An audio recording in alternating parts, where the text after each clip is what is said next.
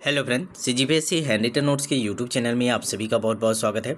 चलिएगा एक बार फिर से मैं आप लोग के सामने आ गया। बाल विकास का जो गहन अध्ययन हम लोग का सीरीज़ चल रहा था, एपिसोड नंबर 20 लेके आ गया हूँ। तो अभी तक आपने एपिसोड नंबर 1 से 19 तक नहीं देखा है, आप पहली बार हमसे जुड़े हैं या यूट्यूब में आज सामने में आपको पहली बार ये क्लासेस आई है, तो आप एपिसोड नंबर 1 से 19 तक जरूर देखिएगा। देखिए हमारा जो क्लासेस हो रहा है बाल विकास का थ्योरी बेस पर है। थ्योरी के साथ साथ मैं जितने भी क्वेश्चन हो रहे हैं कवर हो रहे हैं वो सारे को मैं क्लास में कराते चलता हूँ। ये हम लोग का जो बाल विकास का क्लास है ये स्पेशली छत्तीसगढ़ सहायक शिक्षक भर्ती और सीजीटी तीनों को कंबाइन लेकर हम लोग चल रहे हैं। छत्तीसगढ़ में जिस लेवल के बाल विकास के क्वेश्चन पूछ रहे हैं, नए क्वेश्चन जिसको आप लोग बोलते हैं, वो सारे क्वेश्चनों को हम लोग कवर कर रहे हैं। उसी लेवल पे हम लोग थ्योरी पढ़ रहे हैं। ठीक है, जो मैं थ्योरी यहाँ करा रहा हूँ, आपको जो लोकल आपके मार्केट में बुक मिलता है वहाँ आपको ये थ्योरी नहीं मिलेगा। ठीक है, तो क्लास को पूरा देखिएगा। लगातार हम लोग शुरू विकास एंड बिजनेस चालू किए थे। बहुत सारे जितने महत्वपूर्ण टॉपिक है सारे हम लोग कवर कर लिए हैं। थोड़ा बहुत और बचा है, कुछ कुछ इंपॉर्टेंट, उसको आज करते जाते हैं। तो आज हम लोग का जो टॉपिक रहेगा व्यक्तिक विभिन्नता। ठीक है, और इससे पहले हम लोग ने बहुत प्रकार के जो विशेष आवश्यकता वाले बच्चों पे क्लासेस की हैं। ठीक है, उसी का आगे ये पार्ट है, तो ध्यान से देखते जाएंगे, कंटिन्यू करिएगा, तब आपको ज़्यादा बेहतर तरीके से समझ में आएगा। नोट जरूर बना लीजिएगा। ठीक है, तो आज हम लोग स्टार्ट करेंगे व्यक्तिक भिन्नता। और ध्यान रखें, जिन लोग भी यूट्यूब में नए होंगे, अभी तक आप हमसे नहीं जुड़ेंगे, व्हाट्सएप के माध्यम से प्रैक्टिस नहीं कर पा रहे होंगे, तो प्रैक्टिस के लिए जरूर जुड़िएगा, क्योंकि तैयारी आपकी अधूरी, जब तक आप क्वेश्चन प्रैक्टिस नहीं करेंगे तब तक आपकी तैयारी अधूरी है। ये बात याद रखेंगे, चाहे जितना भी थ्योरी पढ़ लें, क्वेश्चन प्रैक्टिस इंपॉर्टेंट, ताकि आपका जो दिमाग है वो शार्प हो, सही आंसर लेने लगे। नंबर नोट करेंगे, हमारा व्हाट्सएप नंबर है 75 83 86 44 61, स्क्रीन पे दिखाई दे रहा है। इसको स्क्रीनशॉट ले लीजिए, उसका क्लास के बाद आप लोग इसको व्हाट्सएप मैसेज कर दीजिएगा। हम ध्यान रखेंगे, हमारा अभी 3 बैच चल रहा है, सहायक शिक्षक बैच सीजीटी। ठीक है, तो देख लीजिएगा, जिस भी बैच में आपको प्रैक्टिस करना होगा जुड़ जाइएगा। चलिए स्टार्ट करें। तो देखिएगा, सबसे पहले मैं आपको बताना चाहूँगा, जो व्यक्तिगत विभिन्नता होती है वो होती क्या है, इसको समझने से पहले आप लोग को जानना होगा कि इसके बारे में कौन कौन जो बोला गया कथन है। मैं आप लोग को एक क्लास करवाया था पूरा डेडिकेटेड कथन पे, क्योंकि आप सभी पता है कि कथन वाले एक या दो क्वेश्चन आपके आते हैं कि जो कथन दे रहा है किसका है। तो मैं हर चैप्टर में जितने भी कथन बन रहा है उसको भी मैं करवाते जा रहा हूँ। ठीक है, और बोला भी था आप लोग को जितने भी कथन आ रहे हैं उसको अलग से कॉपी या पेज में लिख लीजिएगा। कम लगभग 50-60 होंगे। ठीक है, बाकी कोशिश करूँ मैं एक बार और उसको करवा दूँगा आगे चल के। ठीक है, देखिए सबसे पहला कथन है, ध्यान से समझिएगा। सभी व्यक्ति मायने रखते हैं, सभी व्यक्तियों की एक खास भूमिका होती है। आप सभी इस बात को अच्छे से समझिएगा, ये क्वेश्चन आया हुआ है। और हर व्यक्ति एक अंतर लाता है। सभी व्यक्ति मायने रखते हैं, सभी व्यक्तियों की एक खास भूमिका होती है और हर व्यक्ति एक अंतर लाता है। ये किसने बोला है करके ये क्वेश्चन आया हुआ था। ठीक है, ध्यान रखेंगे, ऐसे ही क्वेश्चन आते हैं और आपको लगता है कि नए हैं तो उसको आप लोग कवर करिए। जितना ज़्यादा आप थ्योरी पढ़ेंगे उतना ही ज़्यादा आपको बेनिफिट होते जाएगा। और थ्योरी के साथ इन्हीं थ्योरियों से नए क्वेश्चन जो बनते हैं उनको प्रैक्टिस कीजिए। चलिए, ये किसने बोला है तो याद रखेंगे नाम, जेन गुड आला।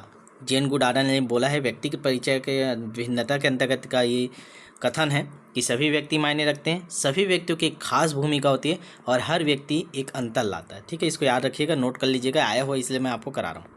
देखिए अभी हमारा चैप्टर क्या है, व्यक्तिगत भिन्नता। भिन्नता क्या है, आप आसपास भी देखते होंगे, जैसे ये इमोजी देखिए, सारे में आपको कुछ ना कुछ अंतर आपको दिखाई देगा। सबकी अलग अलग एक खास बात होती है। कोई ज़्यादा हंसता है, कोई गुस्से में रहता है। देखा आप इमोजी वाला, ये शांत टाइप का है। ठीक है, ये थोड़ा सा इमोजी का आप लोग अर्थ समझिए। सबका देखिए अलग अलग मूड है। ठीक है, तो ये बहुत सारे अलग अलग प्रकार के व्यक्ति, भिन्न भिन्न व्यक्ति रहते हैं, उनके अलग अलग मूड सिचुएशन होते हैं, तो वही सब अंतर रहता है। इन्हीं सब के बारे में हम लोग डिटेल से समझेंगे कि बच्चों के में हम लोग क्या जोड़ सकते हैं, इससे बाल विकास में इसको क्यों रखा गया है व्यक्तिगत विभिन्नता।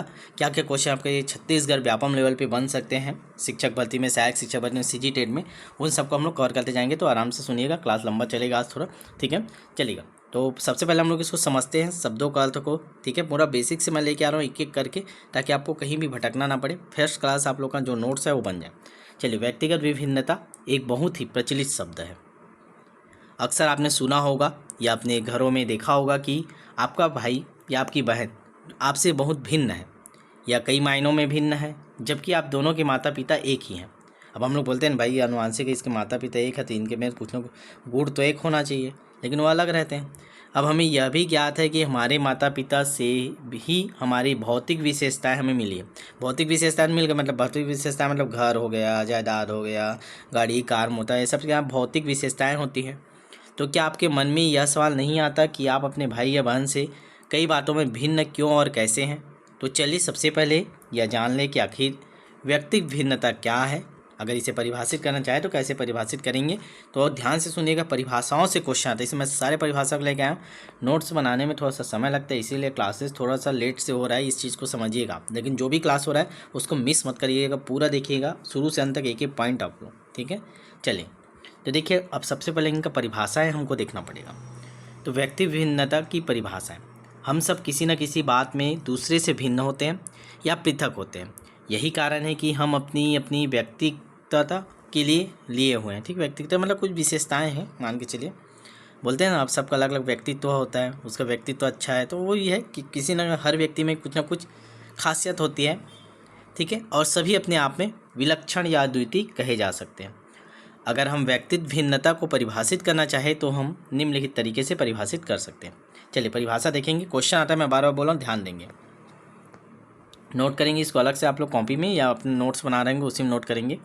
व्यक्तियों में पाई जाने वाली उन सभी भिन्नताओं तथा भेदों को जो उन्हें एक दूसरे से अलग करते हैं, मतलब वो भिन्नताएं हों चाहे वह भेद हों, जो एक दूसरे से उन्हें अलग करता है, अपने आप में एक अनुपम व्यक्ति बनाता है, को व्यक्तित्व भिन्नता का नाम दिया जा सकता है। तो ये एक परिभाषा आप लोग नोट कर लीजिएगा, 2 बार 3 बार आप पढ़ेंगे तभी याद होगा। ध्यान रखें, किसने बोला गुड, तो वही बात है, एक गुड व्यक्ति, अच्छा व्यक्ति, इसको ऐसे आप लोग ट्रिक बना लिया करें। गुड गुड क्या होता है, गुड एक अच्छा व्यक्ति, मतलब वो बोल रहा है गुड क्या बोलते हैं कि कुछ ना कुछ अंतर होना चाहिए, भिन्नताएं होनी चाहिए जो उसको खास बनाया, अनुपम व्यक्ति बनाया। अनुपम व्यक्ति को ही गुड बोला जाता है। ऐसे करके आप लोग ट्रिक बना लीजिएगा, 1 बार 2 बार देखेंगे इसको तो आपको एग्जाम में आएगा तो बनेगा ही। और ऐसे ही क्वेश्चन नए आजकल आ रहे हैं, छत्तीसगढ़ लेवल पे मैं पढ़ा रहा हूँ, ध्यान रखेंगे। अगला देखते हैं, व्यक्तियों में पाई जाने वाली किसी एक विशेषता, एक की बात करें, किसी एक विशेषता या अनेक विशेषता से संबंधित अंतर या भेद को व्यक्तित्व भिन्नता का नाम दिया जा सकता है, ठीक है। ये परिभाषा भी आप याद रखेंगे। एक और परिभाषा, वो किसका दिया, नाम उसमें नहीं दिया, तो फिर मैं डाल दूँ परिभाषा व्यक्तिगत भिन्नता से संबंधित है करके। ये स्किनर की एक परिभाषा याद रखेंगे। व्यक्तित्व भिन्नता में संपूर्ण व्यक्तित्व का कोई भी वह पहलू, मतलब पूरा उसका संपूर्ण जितना व्यक्तित्व है इसका कोई भी एक पहलू जिसका मापन किया जा सके, सम्मिलित किया जाता है। मतलब कोई ऐसा चीज़ जिसको हम माप सकते हैं उसके व्यक्तित्व में, वो आपका शामिल हो जाता है व्यक्तिगत भिन्नता में। तभी तो अंतर करेंगे, मापेंगे कि इसके में ये खासियत है, इसके में तो कम है, इसमें ये ज़्यादा है, इसमें तो जो चीज़ को हम माप सकते हैं उसके व्यक्तित्व का, वही क्या कहलाता है, व्यक्तिगत भिन्नता कहलाती है। ये बोला स्किनर। अब यहाँ पे ऑप्शन बहुत सारे रहते हैं ना, तो हम लोग क्या करते हैं, स्किनर को ये सब चीज़ में नहीं जोड़ते, ठीक है। स्किनर को हम लोग सीधा वो कंडीशनिंग वाला में ही उधर समझते हैं, तो इसीलिए मैं आपको डाल रहा हूँ, क्योंकि स्किनर हो गया, ठीक है, जॉन मेंडल, ये सब बहुत सारे लोग जो मनोवैज्ञानिक है जिसको आप अदर चीज़ के लिए पढ़ते हैं, उन लोगों ने भी हर चैप्टर में कुछ ना कुछ परिभाषा दिए हैं, और ऐसे परिभाषा उठा दिया जाता है और हम लोग सोचते भी नहीं कि इसका स्किनर आ सकता है करके। तो आप लोग नोट करेंगे, 2 बार 3 बार पढ़ते जाएंगे, मैं सब चीज़ आपको कराते जा रहा हूँ, ठीक है। चलेगा, व्यक्तिगत विभिन्नता परिभाषा देख लिया। अब प्रकार में आते हैं। व्यक्तिगत भिन्नता के प्रकार अधिकतर देखा जाता है कि प्रत्येक व्यक्ति दूसरे व्यक्ति से शारीरिक तौर पर या फिर मनोवैज्ञानिक तौर पर भिन्न। तो 2 ही चीज़ हैं, या तो एक शारीरिक तौर पे वो भिन्न होगा, दिखने में उसका चेहरा अलग होगा, नाक बड़ा होगा, कान बड़ा होगा, ऐसे कुछ भी शारीरिक तौर पे वो अलग होता है। या फिर मनोवैज्ञानिक, वो जल्दी होशियार रहता है, बुद्धिमान रहता है, प्रतिभावान रहता है। कोई बच्चा मैसेज कैसा, प्रतिभावान, सृजनशील, छोड़ आ रहे हैं अभी सब इसी में आएगा। वो विशेष आवश्यकता में उसको नहीं पढ़े थे, आगे जाके पढ़ रहे हैं, ठीक है। तो सब चीज़ धीरे धीरे हम लोग पढ़ रहे हैं, जितना भी इंपॉर्टेंट है 36 लेवल पर हम लोग करा रहे हैं। आप परेशान मत होइए, नोट्स बनाने में थोड़ा सा टाइम लगता है, कंटेंट बनाने में, छाँटने में कि 36 लेवल पे कौन सा है, कौन कौन चीज़ों को 36 लेवल पे आपको तैयार कराना है, ठीक है। चलिए तो देखेंगे कि जो व्यक्तिगत भिन्नता है वो 2 प्रकार से, शारीरिक तौर पे, दूसरा मनोवैज्ञानिक तौर पे होता है।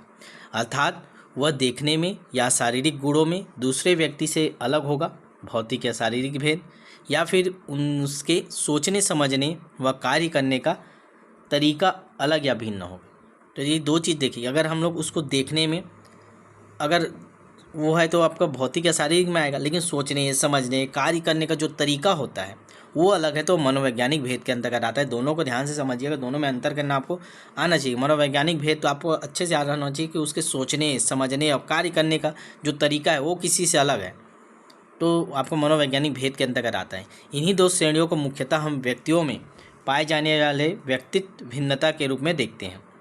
तो पहला याद रखेंगे भौतिक या शारीरिक भेद, दूसरा मनोवैज्ञानिक भेद। अब दोनों को एक एक करके पढ़ना, यही हमारा अगला टारगेट रहेगा, समझ गए होंगे, ठीक है।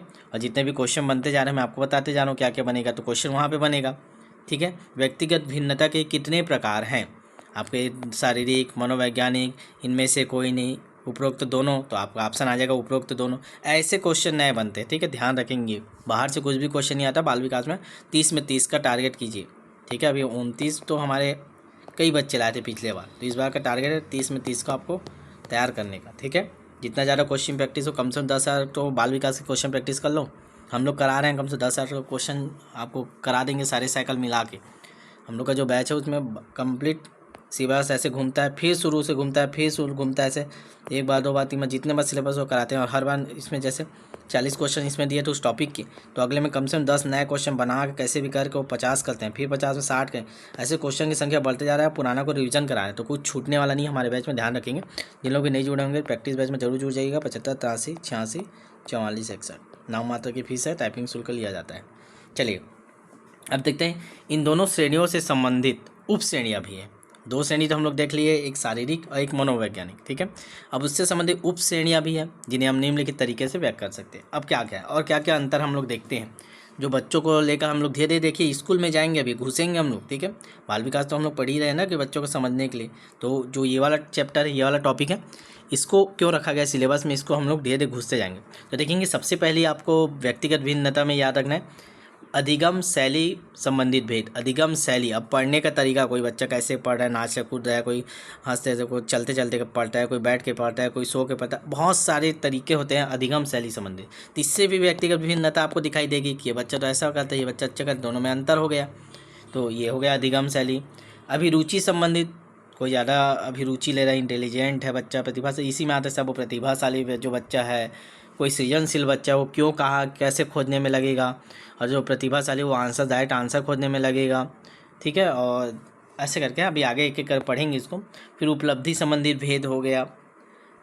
मनोगत की उपलब्धि में वही, कोई आदमी ज़्यादा नंबर आ रहा है, कोई कम आ रहा है, तो उपलब्धि संबंधी भेद हो जाता है, 80%, 90%, कोई 40%, तो ये अंतर हो जाता है। मनोगतिकी कौशल संबंधी भेद, नाम याद कीजिए, ये सारे जो आपको नाम दिख रहे हैं ये इंपॉर्टेंट है। इसको कहीं से भी करके घुसा कर कूट वाले क्वेश्चनों में पूछेगा या दे देगा कि व्यक्तिगत भिन्नता की उप श्रेणियों के अंतर्गत कौन सा शामिल नहीं है, 4 ऑप्शन दे देगा, एक ठोकर अपने मन से बना देगा, तो वो आंसर आएगा। ध्यान रखेंगे सारे क्वेश्चन मैं बनाऊँगा, आपके जो टेस्ट होंगे हो रहे होंगे अगला साइकिल में फिर दिखेगा आपको, ठीक है।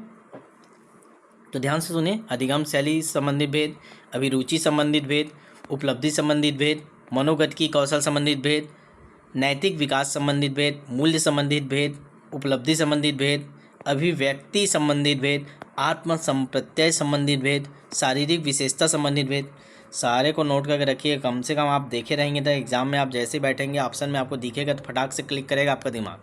ये सारी चीज़ें आपके लोकल बुक में नहीं दिया, मैं आप पढ़ रहे होंगे, जितने लोग भी क्लास देख रहे हैं वो आप जाके देखिएगा, ये सारी चीज़ें डिटेल आपके उसमें नहीं दिया है बुक में, ठीक है, बहुत शॉर्टकट में निपटा दिया गया है।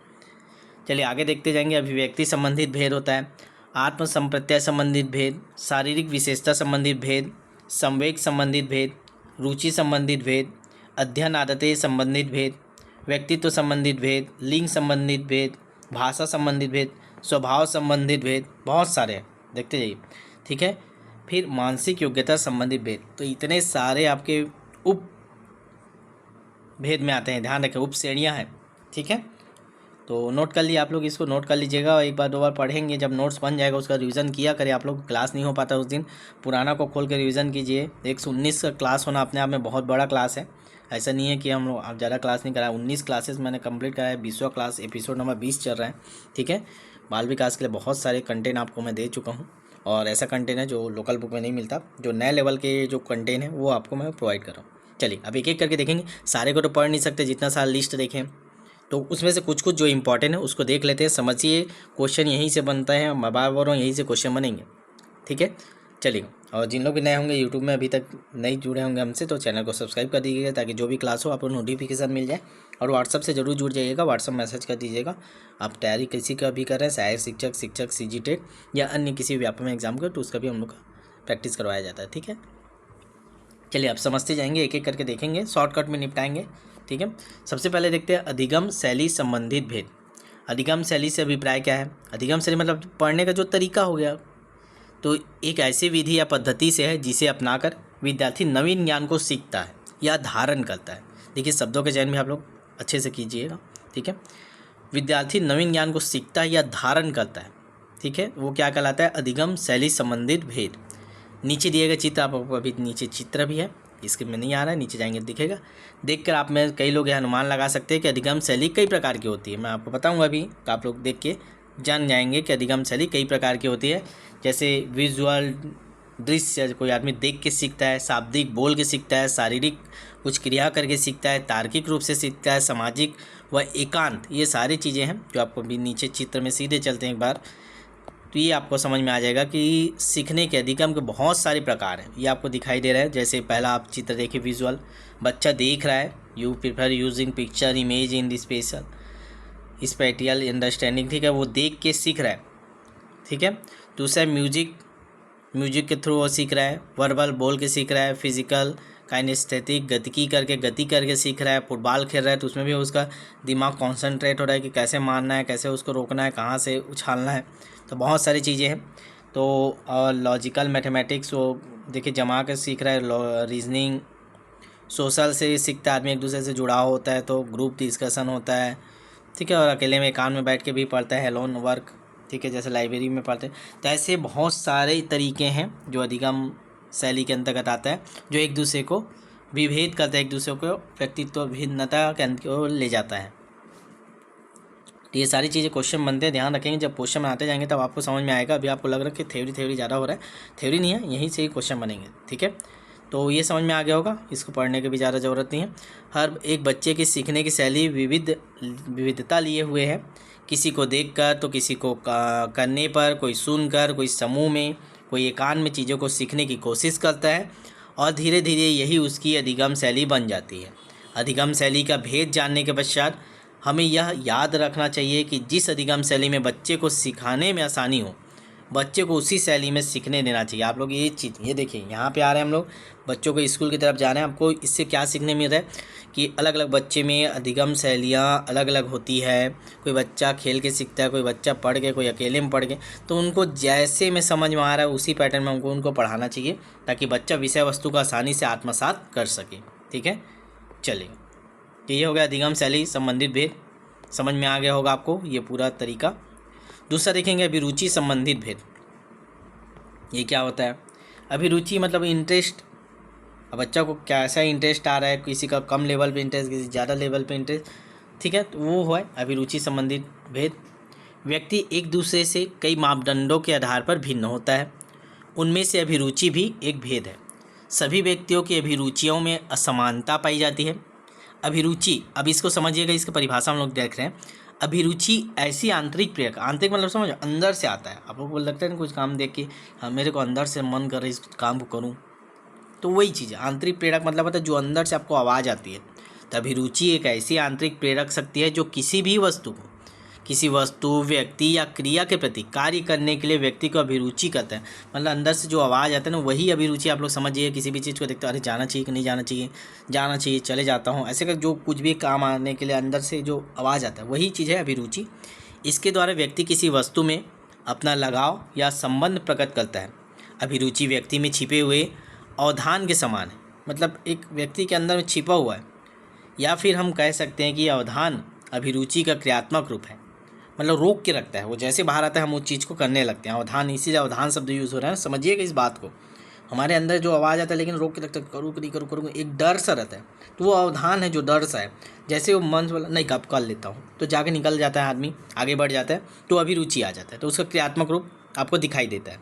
तो अभिरुचि इसीलिए भी आवश्यक है क्योंकि वह वजह बनती है जिससे व्यक्ति कोई कार्य करने के लिए तत्पर रहता है। मतलब एक वजह, भाई अब मन कारण खोजता है ना, किसी भी काम को करने के लिए आपको मन करे कि जाना चाहिए मेरे को भी, लेकिन एक वजह नहीं मिल पा रहा है, कारण नहीं मिल पा रहा। फिर जैसे ही हम उसको चलते करके आगे बढ़ते हैं, एक कारण मिल जाता है, एक वजह मिल जाता है, और जो अवधान रहता है हमारे अंदर वो हट जाता है। तो यही है अभिरुचि का कॉन्सेप्ट, आप लोग समझिए, दिमाग में बैठा लीजिए।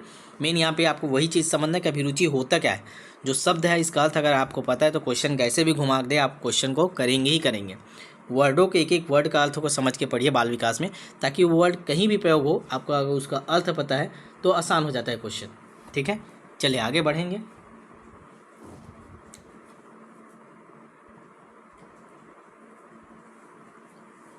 चलेगा, आगे बढ़ते हैं।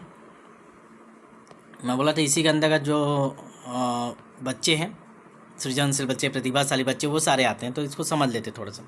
हमें विद्यार्थियों की अभिरुचियों को पहचानते हुए उसे उचित अधिगम अनुभव प्रदान करना चाहिए। अक्सर देखा गया कि कक्षा में उपस्थित प्रतिभाशाली, सृजनशील व उच्च योग्यता वाले अधिकतर विद्यार्थी उच्च अभिरुचि रखते हैं। नीचे दर्शाया गया कुछ चित्र इसी बात का स्पष्टता देते हैं। मतलब वही है, आप क्लास में कोई क्वेश्चन पूछें तो 3 प्रकार के बच्चे आपको दिखाई देंगे जो इस श्रेणी में आते हैं, उच्च अभियोग्यता वाले। ठीक है, चलिए देखते हैं इसको। उच्च अभिरुचि, अभिरुचि मतलब आपको मैं समझा दिया, आप समझ गए। जो अंदर से आवाज़ आता है तो देखिएगा आप लोग, जो उच्च योग्यता वाले रहेगा और कुछ भी क्वेश्चन पूछेंगे, ठीक है, तो ये जैसे बोल रहा है ओ आई नो डैट आंसर, फटाक से बोलेगा ओ आई नोट, मैं तो ये आंसर जानता हूँ, ये उच्च योग्यता वाला बच्चा है। प्रतिभाशाली बच्चा रहेगा, बोलेगा हाँ ये तो मैं जानती हूँ बट पर ऐसे करो। और जो सृजनशील बच्चा है वो कि ये कैसे हुआ, क्यों हुआ, इसमें जाता है। तो ये इस प्रकार के जो अलग अलग इनके अंदर में जो अभिरुचियाँ होती हैं वो आपको दिखाई देती है। पूरा और डिटेल में पढ़ेंगे हम लोग, ठीक है। तो ये 2 हो गए अभिरुचि, ठीक है, अभिरुचि हम लोग ने पढ़ लिया, ठीक है। अधिगम संबंधित पढ़ लिया। अब तीसरा इम्पॉर्टेंट वही चीज़ को हम लोग देखेंगे, अभिवृत्ति। अब इसको भी समझना जरूरी है कि अभिवृत्ति होता क्या है, ठीक है। तो चलेगा, इसको भी कवर कर लेते हैं, बोर नहीं होना है। मैं बार बार बोल रहा हूँ, थ्योरी बहुत डिटेल में है क्योंकि आपको बुक में ऐसा थ्योरी नहीं मिलता है। और मैं देखा हूँ कि जब तक आप थ्योरी डिटेल में नहीं पढ़ेंगे, नेक थ्योरी नहीं पढ़ेंगे, तब तक आपके एग्ज़ाम में नंबर नहीं आएंगे। तो मैं 2 ही चीज़ें बोलता हूँ, थ्योरी दबा के पढ़ो लेकिन और क्वेश्चन प्रैक्टिस करो। उसी थ्योरी के अंतर्गत जितने नए क्वेश्चन बन सकते हैं क्वेश्चन प्रैक्टिस कीजिए, क्योंकि थ्योरी से भी ज़्यादा फायदेमंद होता है क्वेश्चन से प्रैक्टिस करना, ठीक है। तो आप डेली प्रैक्टिस कीजिए। बहुत सारे बैच चल रहे हैं, सहायक शिक्षक का CGTET का, तीनों ज्वाइन कर लीजिए। ज़्यादा फीसेस नहीं है, नाम मात्र की फीस है। टाइपिंग शुल्क मान के चलिए, जब तक पेपर नहीं होगा तब तक के लिए। तो हर बैच में आप रहेंगे तो हर बैच में आपका प्रैक्टिस होते रहेगा। थ्योरी जो टॉपिक है वो सारे वही टॉपिक है तीनों, चाहे आप CGTET की तैयारी करें, चाहे सहायक शिक्षक की तैयारी करें, चाहे शिक्षक की तैयारी करें, तीनों का लेवल भी सेम है। ऐसा नहीं है कि आप सहायक शिक्षक पढ़ें कम लेवल का पढ़ना है, पहली से 5वीं तक के बच्चों को पढ़ना है, ऐसा कुछ नहीं है। आपको पूरा लेवल एक साथ कवर करना है, तीनों एक साथ ही लेवल पे आ रहे हैं, कोई अंतर नहीं रहा है। और शुरू में था अंतर, जब पहले पेपर होने लगा था। अब इतना सारे हो गए कि जितने सरल क्वेश्चन थे CGTET में उसको तो पूछ ही चुका है, अब स्टैंडर्ड लेवल पे अलग लेवल पे क्वेश्चन पूछा है, इसीलिए आपको ध्यान देने की ज़रूरत है, ठीक है। चलिए अभी वित्तीय संबंधित भेद को हम लोग स्टार्ट करते हैं, जल्दी से आप लोग तैयार हो जाइए।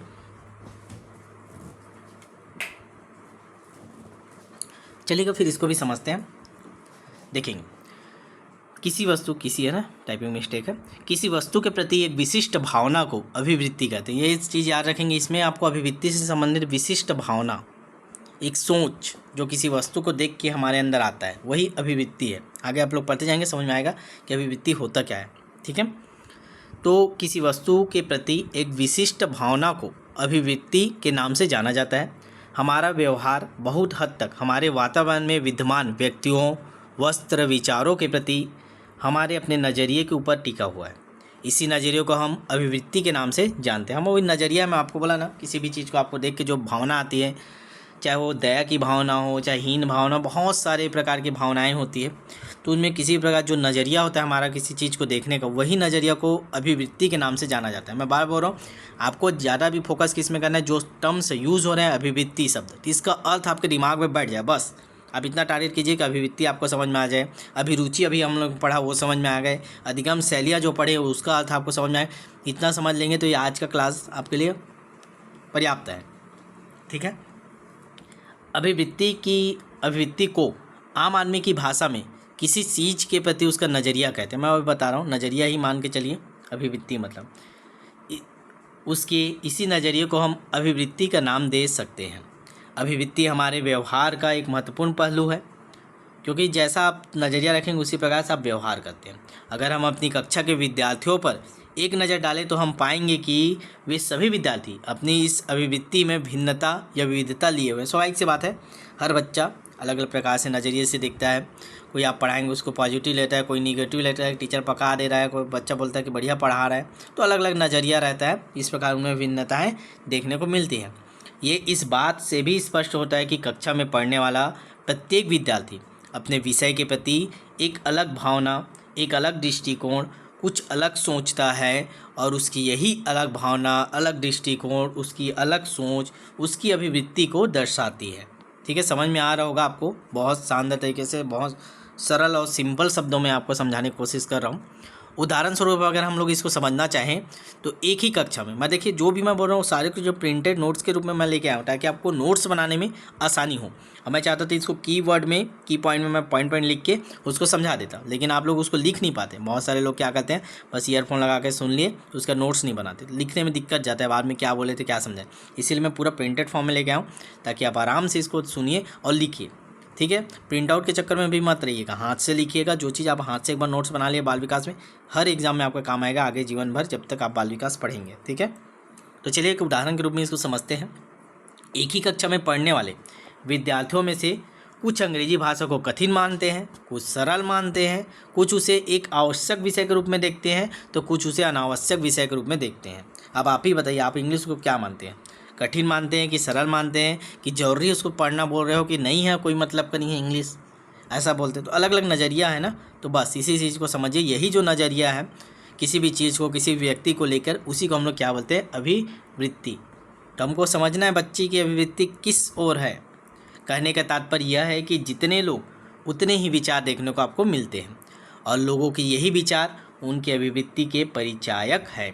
एक शिक्षक होने के नाते आपको पता होना चाहिए कि आप अपनी कक्षा में पढ़ने वाले विद्यार्थियों को जांचें, परखें, उसे अधिगम के प्रति सकारात्मकता की ओर मोड़े ताकि विद्यार्थी अपनी सकारात्मक सोच से कक्षा का वातावरण आनंदमयी और स्वस्थ बनाए रखने में सहायता भी प्रदान करे।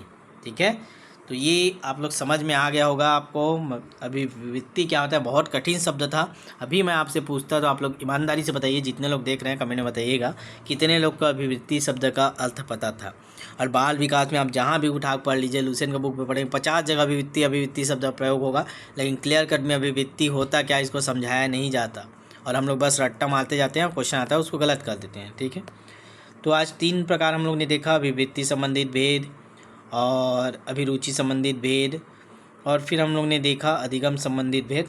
ठीक है, और ये सारे जो जितने भी मैंने उपश्रेणियाँ कराई हैं, ये सारे उपश्रेणियाँ, इसमें एक और इम्पॉर्टेंट कल मैं और करवा दूँगा। ठीक है, वही हो जाता है, कंटेंट बनाने में थोड़ा सा ज़्यादा समय लगता है, इसे थोड़ा कम करा रहे हैं।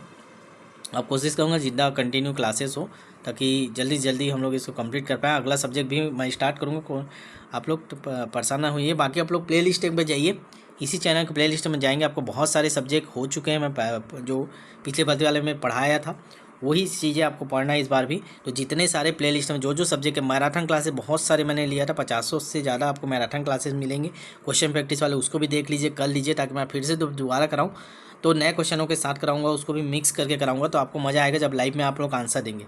लाइव टेस्ट भी स्टार्ट करेंगे, टेंशन मत लीजिएगा, पहले थ्योरी करते हैं, लाइव टेस्ट भी करेंगे। लाइव टेस्ट तब मज़ा आता है जब आप एक बार टेस्ट सीरीज जो हम लोग का चल रहा है टॉपिक और उसमें एक राउंड कम से कम एक बार सिलेबस कंप्लीट कर लिए रहे, फिर दोबारा वो उधर वो चलते रहेगा, इधर फिर उसी बेसिस पे जो लाइव हम लोग टेस्ट लेते हैं उसमें आंसर देने में फटाफट मज़ा आता है। कंपटीशन आपको दिखाई देती, टाइपिंग जब आप फटाफट आंसर करते हैं तो मज़ा आता है। तो भी करेंगे, टेंशन नहीं लेना, सारे स्टेप में हम लोग तैयारी करेंगे। ठीक है, तो चलिएगा। जिन लोग भी नए होंगे यूट्यूब में देख रहे होंगे, नंबर नोट कर लीजिए, एक बार मैसेज कर दीजिए 75 83 86 44 61 व्हाट्सअप नंबर है, इसमें मैसेज कर दीजिएगा। जिस भी बैच की आप तैयारी करें उसमें जुड़ जाइए, प्रैक्टिस कीजिए। मैं तो बोलता हूँ तीनों बैच से जुड़ जाइए, सहायक शिक्षक बैच CGT, तीनों में रहिए। जितना ज़्यादा प्रैक्टिस हो उतना ज़्यादा प्रैक्टिस कीजिए, बार प्रैक्टिस कीजिए। वही क्वेश्चन भी आपको कुछ क्वेश्चन मिलेंगे तो आपको सारे क्वेश्चन बार रिविज़न करना है। ठीक है, तो चलिएगा, मिलते हैं। एक लास्ट में यही चीज़ फिर से आपको याद कराना चाहूँगा, सभी व्यक्ति मायने रखते हैं, सभी व्यक्तियों की एक खास भूमिका होती है और हर व्यक्ति एक अंतर लाता है। तो आपको भी एक अंतर लाना है, आपकी जो भूमिका है उसको निखारना है। ठीक है, किसने बोला? ये जेन गुड आला ने, ये आया हुआ क्वेश्चन है, ध्यान रखेंगे। ठीक है, तो चलिए एपिसोड नंबर 21 में मिलेंगे। थोड़ी कोशिश करेंगे ज़्यादा कंटेंट इस बार बनाने का ताकि थोड़ा लंबा क्लास चले। ठीक है, चलिएगा, मिलते हैं नेक्स्ट वीडियो। तब तक ऑल द बेस्ट। शेयर जरूर करेंगे, चैनल को सब्सक्राइब करके रखेंगे और अपने स्टेटस में क्लास को डाल दीजिए ताकि जितने ज़्यादा लोग जुड़ेंगे उतने ही और हमारी टीम बहुत जल्दी कंटेंट तैयार करके आप लोगों के सामने मैं उपस्थित होऊंगा। ठीक है।